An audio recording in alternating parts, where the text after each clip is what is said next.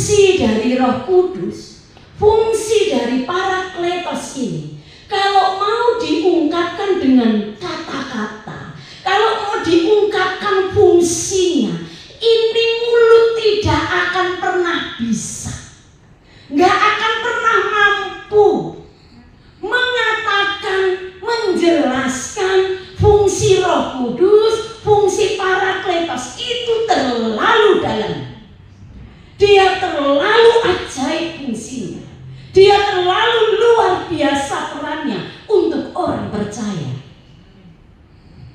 Parakletos adalah kata yang luas maknanya untuk ditukar dengan satu kata-kata dalam bahasa apapun.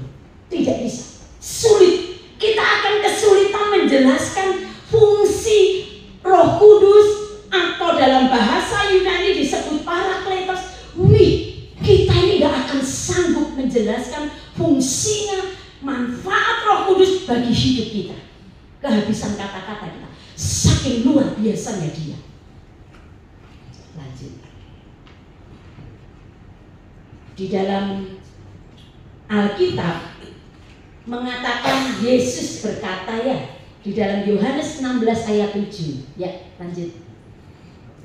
Yohanes 16 ayat 7. Firman Tuhan katakan, namun benar yang kukatakan ini kepadamu adalah lebih berguna bagi kamu jika aku pergi. Sebab jikalau aku tidak pergi, penghibur itu tidak akan datang kepadamu. Tetapi jikalau aku pergi, aku akan mengutus dia kepadamu. Ini kata-kata Yesus semua. Yohanes 14 ayat 16. Aku akan minta kepada Bapa dan ia akan memberikan kepadamu seorang penolong yang lain, supaya ia menyertai kamu selama-lamanya. Yohanes 14 ayat 26. Tetapi penghibur, yaitu Roh Kudus, yang akan diutus oleh Bapa dalam namaku, dialah yang akan mengajarkan segala sesuatu kepadamu dan akan mengingatkan kamu akan semua yang telah kukatakan kepadamu. Janji Yesus, aku akan memberikan kepadamu penolong. Kata penolong itu enggak cukup. Dikatakan aku akan memberikan kepadamu seorang penghibur yang akan menyertai kita, selawase. Coba selaminya, apalagi sampai mati, sak terusé, tidak ada akhirnya. Selama kita ada di dunia ini, Roh Kudus itu akan menyertai Bapak, Ibu, dan saya saklawase. Wow, bilang teman-teman gini, saklawase loh. Siapa saat ini penolong yang kita andalkan? Suami terbatas. Paling umurnya piro sih? 70-80. Pak Bosa itu selalu bilang, Tuhan nek panggil aku nggak usah lama-lama, nggak usah sampai tua-tua banget, nggak usah.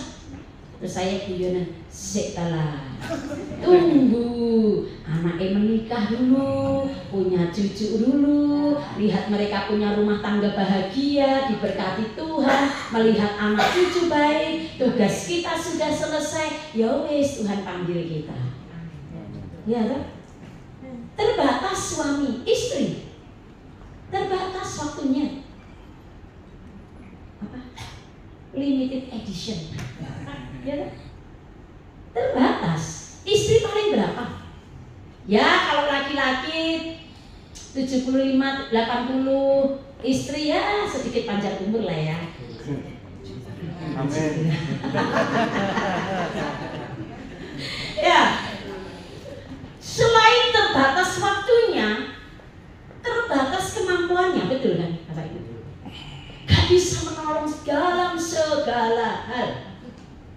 Suami gak bisa menolong dalam hal semuanya. Pasti ada batasannya. Tapi ini satu pribadi yang diberikan untuk kita adalah Roh Kudus yang menolong kita, yang menyertai kita selama-lamanya. Dan Dia berkuasa.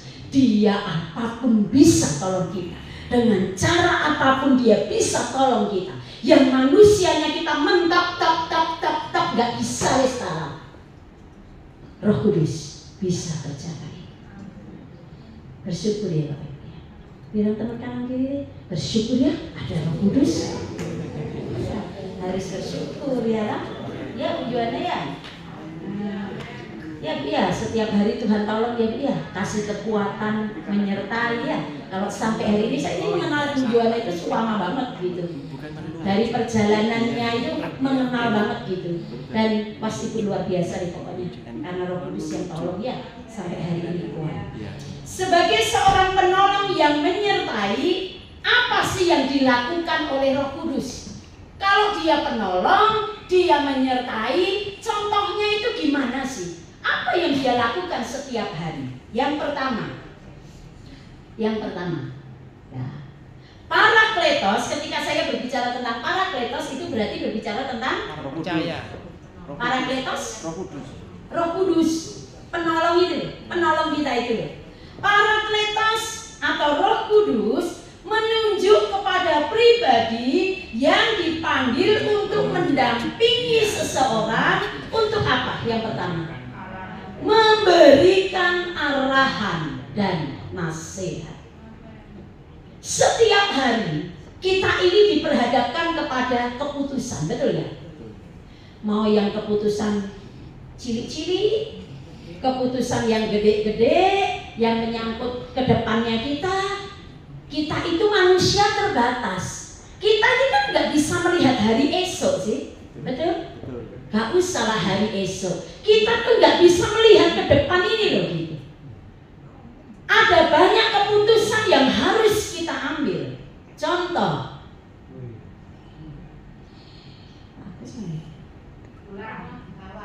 di bawah sebentar. Cari pasangan hidup.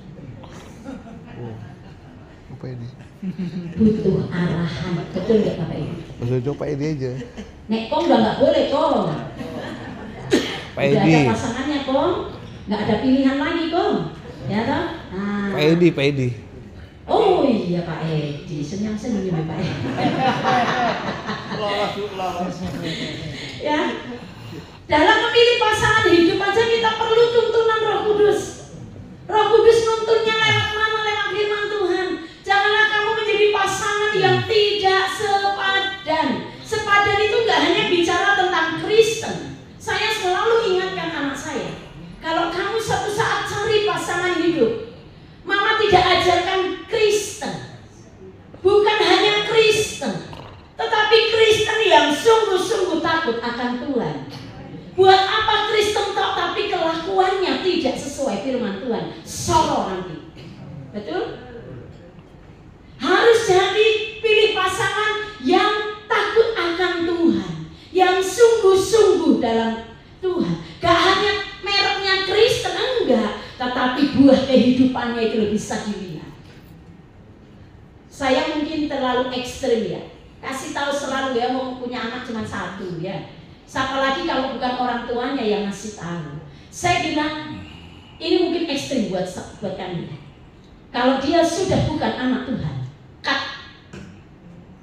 Tidak usah membuka kemungkinan. Oh nanti bisa diselamatkan. Oh nanti dia bisa bertobat. Enggak, kita nggak akan bisa tahu.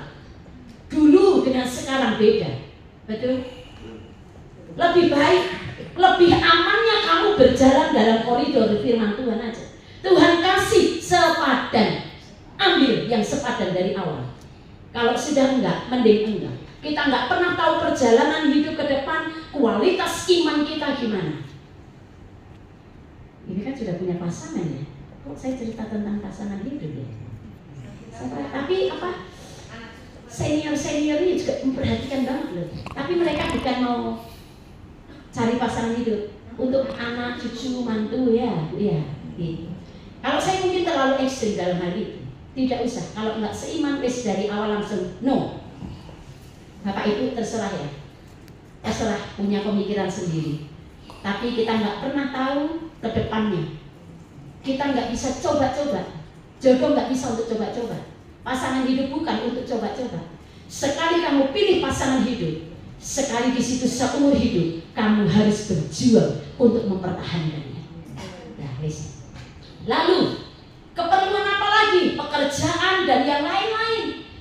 Mengasuh anak, cucu, menantu, kita butuh pimpinan Tuhan. Kita butuh nasihat Tuhan. Sepandai-pandainya kita, sehebat-hebatnya kita, serohani-rohaninya kita tetap perlu arahan dari Tuhan. Kita perlu tetap nasihat dari Tuhan. Karena itu kita jadi orang Kristen harus rendah hati. Jangan merasa tidak membutuhkan Tuhan. Saya punya kesaksian beberapa waktu yang lalu ketika ada member AJBF yang dipanggil Tuhan. Saya ketemu dengan salah satu dulu BPH AJBF, tapi beberapa waktu dia sudah nggak jadi BPH lagi. Satu kali saya mengetahui perjalanan hidup dari bapak ini, suami istri ini, mereka adalah seorang pengusaha gitu. Lalu waktu dia selama ini usahanya adalah apa itu? Itu loh, tusuk sate itu loh. Sunduan. Ya, itu terus pakainya untuk tusuk gigi dan lain-lain seperti itu. Lalu ketika pandemi terjadi itu sudah sepi gitu. Lalu dia dengan akal pikirannya, dengan pengalamannya sebagai seorang pengusaha, dengan omset yang sudah begitu tinggi, akhirnya waktu pandemi itu mulai menurun. Lalu dia berdoa, Tuhan tolong saya, berikan hikmat-Mu, arahan-Mu, saya harus usaha apa.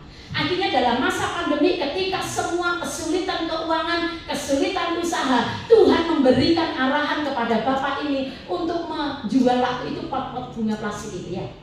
Masih ingat ya waktu itu ya? Itu viral banget gitu. Wih, omsetnya waktu pandemi itu kalau orang sudah gulung tikar dan lain-lain dia omsetnya tinggi gitu.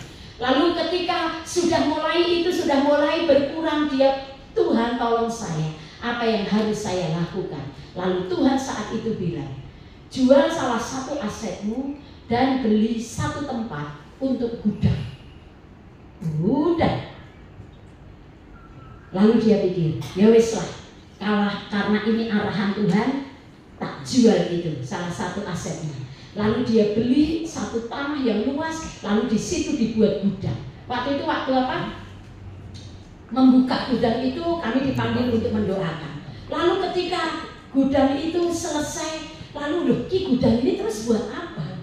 Tuhan, Engkau sarankan. Tuhan tahu waktu aku membeli itu, wes entek loh Tuhan tabunganku untuk digelontorkan di gudang itu, pembelian gudang itu.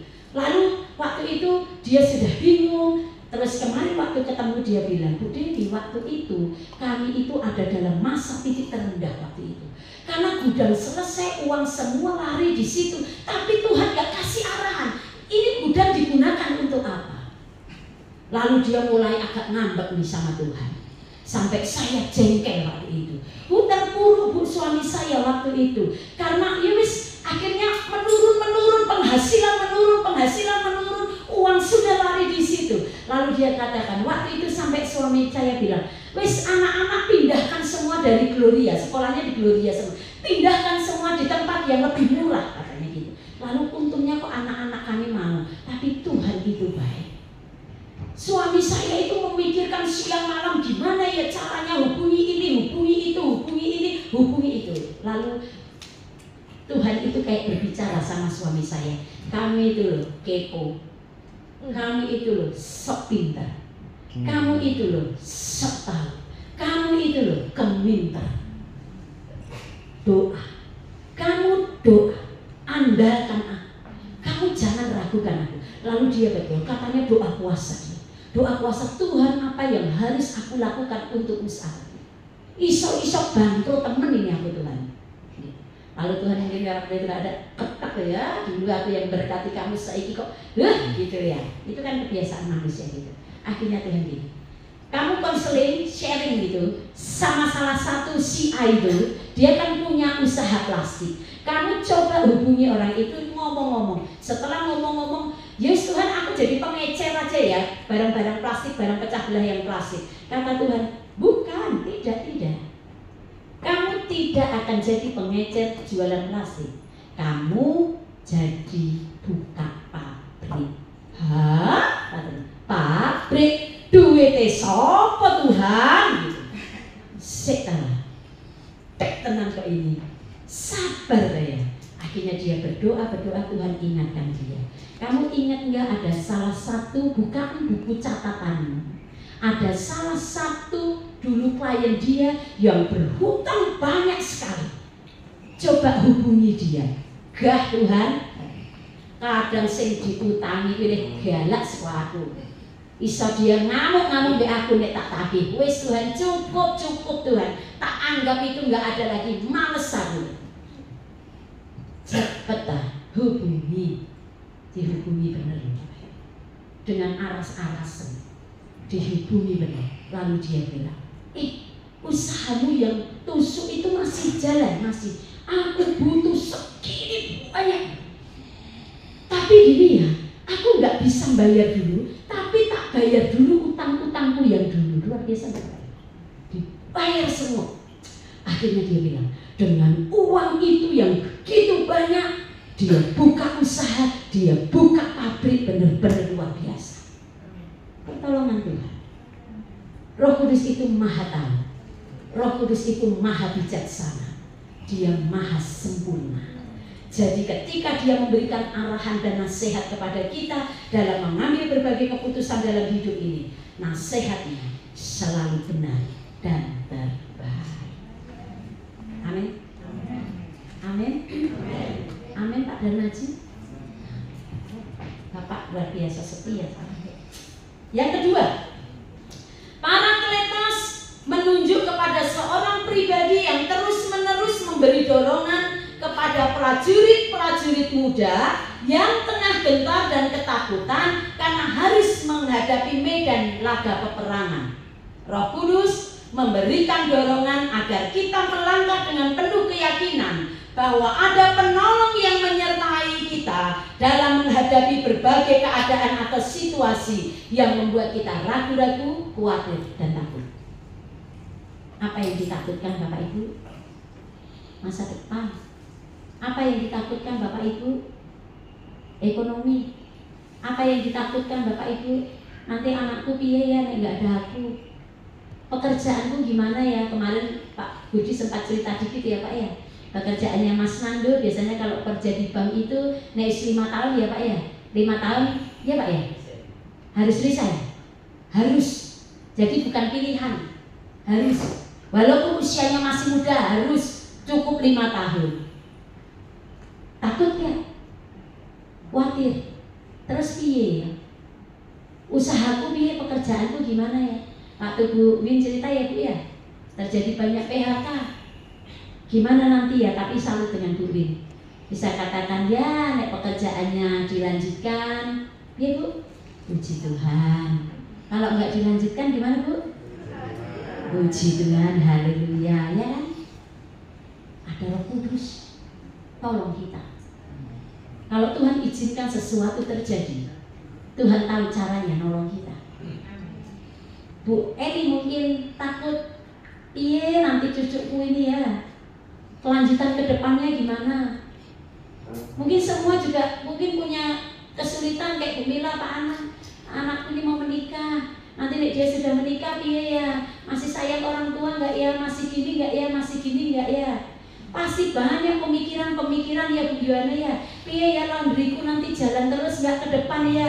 Sementara saingan sekarang di mana-mana. Gimana ini ya? Semua punya ketakutan, kekhawatiran, kecemasan akan apa yang terjadi esok hari. Tapi seringkali kan kita lupa sih, kita kan kadang nyanyi. Sedia hidup ada hari esok, sedia hidup ku tak gentar. Cuman kan manusianya kita kadang gitu sih. Takut duluan, cemas duluan, khawatir duluan. Piye ya nanti, iso nggak ya, piye ya, bagaimana ya, yakin ya, bisa tau, ini gimana ya. Akhirnya Benar? Mumet sendiri dulu. Akhirnya sakit, fisiknya lemah. Akhirnya yang biasanya tensinya normal jadi tinggi, yang biasanya diabetesnya rendah jadi naik. Mikir yang belum terjadi. Setiap kali mungkin itu kadang kita manusiawi, iya ya, takut, khawatir, cemas. Tapi firman Tuhan katakan, jangan terus-menerus khawatir. Bukankah kita punya Bapa di surga yang menolong kita? Ada Roh Kudus yang menolong kita. Apa sih yang kita takutkan? Apa sih yang kita khawatirkan? Yang kamu makan dah, yang kamu pakai dah, yang kamu minum dah, itu dikhawatirkan oleh orang-orang yang tidak mengenal Tuhan. Tetapi Bapak, Ibu, dan saya, kita ini anak-anaknya Tuhan, pasti dipelihara oleh Tuhan. Sampai Tuhan kasih contoh ke kita. Lihatan burung itu, lihatan bunga itu, dipelihara sedemikian rupa oleh Tuhan, apalagi kita anak-anak. Yang Tuhan mau, yang Roh Kudus mau, belajar utamakan Tuhan dulu. Untuk masalah gereja, untuk masalah pelayanan, ojo ditawar-tawar dulu. Pokoknya yes aja, pokoknya setia saja, sungguh-sungguh saja di dalam Tuhan, memenuhi kebutuhan kita, menjamin masa depan kita, menjamin masa depan anak kita, menjamin masa depan pekerjaan kita, menjamin ekonomi kita, menjamin masa depan cucu kita. Itu bagiannya Tuhan yang akan tolong kita. Amin. Kalau kita ngikut Tuhan dengan iman seperti itu, hidup ini jadi enteng. Bener nggak? Sing marai urip iki abot itu sinten sih Bapak Ibu? Awake dhewe. Ngapain semua kamu pikirkan? Kamu nggak sanggup, kamu nggak akan bisa. Kamu terbatas. Wis selehno, berlutut, nangis sama Tuhan. Tuhan tolong, Roh Kudus kuatkan. Masa dia Tuhan yang begitu baik, dia Bapa kita, dia nggak akan pedulikan kita? Nggak mungkin. Benar? Oh, Bu Aang ini setia. Oh, Pak Aris ini setia. Sungguh-sungguh dalam Tuhan. Masa sih waktu dia berlutut berdoa, masa sih nggak didengar Tuhan, didengar dan dijawab Tuhan. Amin. Bisnis, pekerjaan, ya, Ibu tahu ya, dengan pekerjaan yang pokoknya nggak tahu lah ke depannya gimana, usahanya ke depannya kelanjutannya gimana. Tetapi selama kita sungguh-sungguh dalam Tuhan, nangis endomo terus sama Tuhan, Roh Kudus pasti menolong kita. Amin. Amin. Roh Kudus pasti memberkati kita. Yang terakhir, apa yang dilakukan Roh Kudus? Parakletos menunjuk kepada seorang pribadi yang menguatkan dan memberi semangat kepada kita dalam menghadapi tantangan-tantangan hidup. Roh Kudus memberikan kepada kita dorongan agar terus semangat. Jangan mudah kecewa. Bilang jangan mudah kecewa. Jangan mudah putus asa. Jangan mudah menyerah. Ketika menghadapi kenyataan hidup yang penuh tantangan, yang mungkin rasanya berat, menyakitkan, mengecewakan, tidak mudah dan sulit, tapi jangan pernah menyerah, jangan pernah kecewa, jangan pernah putus asa. Roh Kudus tugasnya adalah dia beri semangat sama kita. Kalau sampai hari ini kita tetap semangat dalam Tuhan, itu karena siapa? Roh Kudus yang berkarya di hati kita. Kalau sudah mulai malas, males, jengkel aku lihat si Ayu, males, marah aku males. Kalau lagi buka Alkitab ini ya, wajah dia muncul, greget ini, lagi mau doa, sliwer, ketok-ketokan itu wajahnya. Males aku doa baca firman, males aku doa, males aku ke gereja. Yang rugi siapa? Kata Bu Joyce kemarin. Yang rugi siapa? Iya. Tapi ketika kita tetap, Roh Kudus tambah beri semangat. Ayo Bu Yohana, nek laundrynya mungkin hari ini sepi, tidak seperti kemarin, gereja sih. Percaya waktu mengutamakan Tuhan, selalu ada jalan keluar, selalu ada berkat. Ya. Jadi semangat. Yang hatinya kecewa, sedih, terluka, yang hatinya berat, pesta kita ini nggak akan bisa sendiri. Kita butuh Roh Kudus. Ya Pak Darmaji ya, butuh Roh Kudus yang menolong kita. Amin. Ya begitu Pak Daniel. Semua semangat ya Bu Handa ya. Ya semua harus semangat. Harus semangat. Roh Kudus yang memberi kita semangat.